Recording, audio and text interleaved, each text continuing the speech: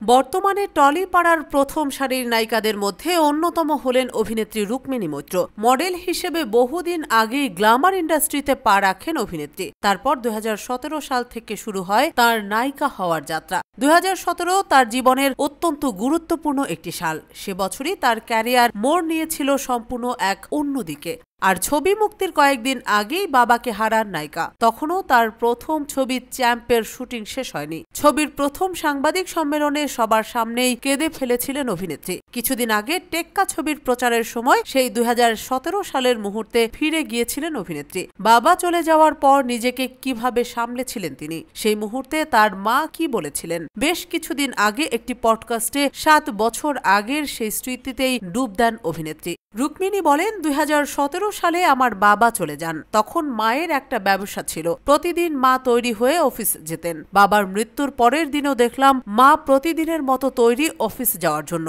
আমি আমার দাদা তখন বাড়িতেই বসে আছি। আমায় দেখে মা বলেন, বসে আছো কেন, তৈরি হয়ে শুটিং এ যাও। শুটিং এর সবাইকে যা বলার আমি বলে দিয়েছি। মায়ের কথা শুনে আমি রীতিমতো অবাক হয়ে যাই। এ কি বলছেন? মা শুটিং এ সবাইকে বলে দিয়েছিলেন ফ্লোরে আমায় যেন কেউ প্রশ্ন না করে যে আমি ঠিক আছি কিনা। সেদিন আমার মায়ের উপর একটু রাগী হয়েছিল। মনে হয়েছিল এতদিন আমার মা বাবার মধ্যে যে সম্পর্ক, যে ভালোবাসা দেখে এসেছি, সবটাই কি তবে মিথ্যে? কিন্তু এখন বুঝতে পারি মা সেদিন কেন এমন ব্যবহার করেছিলেন। উল্লেখ্য, একের পর এক ছবিতে সই করে চলেছেন রুক্মিণী। টেক্কা ছবিতে সম্পূর্ণ অন্য লুকে দেখেছেন দর্শক। আগামী দিনেও অনেক চমক নিয়ে আসছেন অভিনেত্রী।